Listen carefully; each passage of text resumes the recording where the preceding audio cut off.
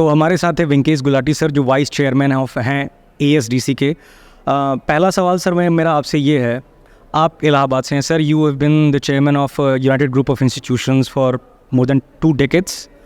तो सर जो बहुत बड़ा इंडिया का जो वर्कफोर्स है वो Tier 2 और Tier 3 सिटीज़ में है, जिसमें से एक इलाहाबाद भी आता है, एंड आप उनमें से एक ग्रुप ऑफ कॉलेजेस के चेयरमैन थे।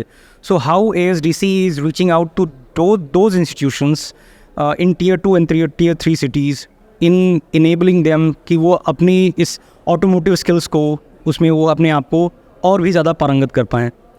पहले धन्यवाद आपको यहाँ आने के लिए। और आज का जो हमारा कॉन्क्लेव है, जो आप पूछना चाह रहे हैं, वो एक तरीके से उसका एक बेस बनता है। और ASDC का मेजर रोल नो डाउट हम दिल्ली में स्थापित है, लेकिन हमारा मेजर काम कभी भी मेट्रोज़ में नहीं होता। हमारा सारा काम जो है वो कैपिटल्स और Tier 2 टाउन में होता है, क्योंकि हम गवर्नमेंट के साथ ये जो एक सोशल वर्क लगा हुआ है, जो मैं SC/ST नहीं बोलूँगा, जो एक पिछड़ा वर्ग लगा हुआ है, उसको आगे कैसे लाना, डिप्राइव्ड कह लीजिए, उस पे हमारा रोल होता है। हम बिल्कुल भी ऐसी जगह काम नहीं करते जहाँ कोई BTech हो, MBA हो या बैचलर्स हो। हम ऐसी जगह काम करते हैं जो 10th ड्रॉप आउट हो या 12th ड्रॉप आउट हो, और एक रूरल जगह पे बैठे हों, हम उनको वहीं पे कैसे उनको स्किल करके वहीं पे उनको नौकरी दिला पाए, ये हमारा मेजर रोल है। तो आप कभी देखेंगे, जैसे आज भी आप देखेंगे कुछ 45 वुमेन आए हुई हैं और जो स्किल हुई है हमसे लास्ट ईयर, हुए बहुत सारे, लेकिन 45 ही आ पाए। वो बिहार से है, कोई महाराष्ट्र से है, किसी गांव से है, और इसी तरीके से लगभग करीब 50 बच्चे भी आए हुए हैं मेल, जिन्होंने EV टेक्नीशियंस की ट्रेनिंग की है हमारे यहाँ से। वो भी सब Tier 2 Tier 3 टाउन पे है। हमारा मेजर रोल, देखिए, हम ये नहीं कहते कि हम मेट्रो तो Tier 1 में काम नहीं करते, हम काम करते हैं, लेकिन हमारा मेजर रोल उधर ही होता है Tier 2 Tier 3 टाउन, बिकॉज वहाँ पे करके हमको जो सेटिस्फैक्शन मिलता है और जो एग्जैक्ट कह लीजिए सही क्रियान्वयन हो पाता है, वो वहाँ बेटर हो पाता है। वहाँ के बच्चों को वही लोकल जॉब मिल जाती है, तो उनका इंटरेस्ट भी बढ़ता है। जब जैसे ही हम कहीं मेट्रो में जाते हैं, तो वहाँ के बच्चों का ये होता है कि यहाँ ट्रेनिंग की, अब आगे चले कहीं और जॉब करें किसी और। तो एक्चुअली उतना बेनिफिट नहीं मिलता जितना हमें रूरल में मिलता। हाँ, ये कहना कि क्या हमने सारे रूरल डिस्ट्रिक्ट को कवर कर लिए, नहीं, लगभग कुछ 800,000 डिस्ट्रिक्ट है इंडिया में। हम इस समय शायद 150-200 में प्रेजेंट है, अगर हम Tier 2 Tier 3 की बात करें, जो 100 के आसपास है जहाँ तक मुझे याद है। हाँ, ठीक है, 750 है, लेकिन हम जो कह सकते हैं जहाँ हमें लगता है कि ग्रेजुअली आगे बढ़ रहे हैं, यस, जो लगभग हम पहुँच सके। और हमारा बेसिक रोल वही है। और हमारी जो बॉडी है वो लगभग 3 मेजर बॉडी है। एक SIAM जो मैन्युफैक्चर गाड़ियों की है, लेकिन ऑब्वियसली आप भी जानते हैं एक कंपनी की फैक्ट्री 2 होगी, 3 होगी। हाँ, बिल्कुल। उसी तरीके से फिर सेकंड आता है जो कंपोनेंट मैन्युफैक्चरर्स हैं, उनका भी ऐसे ही रोल होता है कि जहाँ भी मैन्युफैक्चर हो गाड़ी की, उसी के आसपास हो, क्योंकि वो हब बनता है। लेकिन तीसरी बॉडी हमारी डीलर्स वाली, जो लगभग हर नुक एंड कॉर्नर पे मिलेगी। आप किसी भी डिस्ट्रिक्ट में चले जाए, किसी भी तहसील में चले जाए, डीलरशिप नहीं होगी तो उसका एक आउटलेट होगा। तो हमारा पर्पज़ ये होता है कि अगर हम वही रूरल में ट्रेनिंग कर पे डीलरशिप पे नौकरी दिलवा पाए, तो एक पूरा साइकिल कंप्लीट होता है। वो घर का घर है, या मान लीजिए घर नहीं तो 10-20 किलोमीटर में उसे नौकरी मिल जाती है। वो अपने परिवार के साथ है।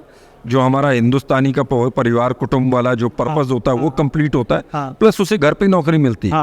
नो डाउट उसको घर पे नौकरी 15,000 भी हो जाती है जी, उसको घर पे नौकरी 15-20 हज़ार की मिलेगी। अगर वो शायद दिल्ली में जाएगा तो शायद 30-40 की होगी, बट उतना ही उसको ओवर खर्चा करना पड़ता है और परिवार से दूर रहना पड़ता है।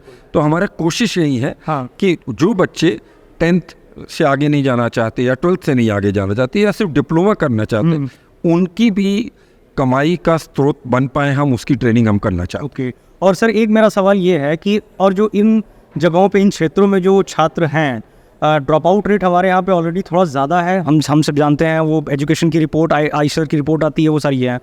तो सवाल मेरा सर भाषा से रिलेटेड है। मैं चाहता तो ये मतलब अंग्रेज़ी में बात कर सकते थे, लेकिन हिंदी में मैंने इसलिए प्रेफर किया, इसलिए इसको चुना मैंने, क्योंकि जो Tier 2 और Tier 3 सिटीज़ के, अगर मैं नॉर्थ इंडिया की बात कर लूँ तो ज़्यादातर लोग जो है हिंदी समझते हैं। तो क्या फाडा और ASDC इस बात के लिए आगे एस्पायर हैं, इस बात के लिए महत्वाकांक्षी हैं कि उनको वहाँ की उनकी लोकल ज़बान में या कम से कम न्यूनतम हिंदी में उनको ट्रेनिंग और आगे बढ़ाने के लिए जो है उनको उसमें ट्रेनिंग दी जा रही है, क्योंकि अक्सर वो लैंग्वेज उनके लिए एक बहुत बड़ा बैरियर होता है।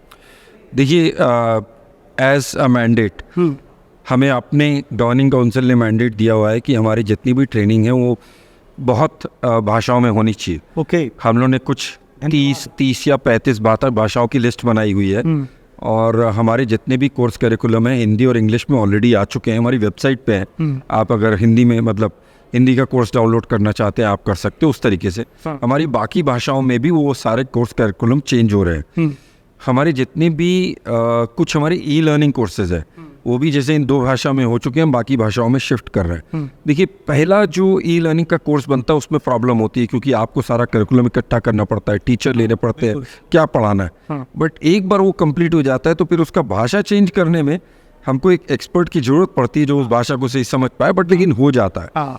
हम उस प्रोसेस में अब चालू हो गए। हमारी लास्ट ही मीटिंग में ये तय हुआ था कि 32, 35, 36 तो एक बहुत बड़ा फिगर है, तो कम से कम हम 5-7 तो कर पाए जिससे कि कम से कम साउथ की 1-2 भाषा आ जाए, ईस्ट की 1-2 भाषा है, इंग्लिश हिंदी में नॉर्थ लगभग कवर हो जाता है। तो अगर हम हर जोन की 2-2, 3-3 भाषा लेके हम 8-9 पे भी अपने आप को कर पाए तो अच्छा रहेगा। उसकी तरफ से हमारा स्टेप चालू है।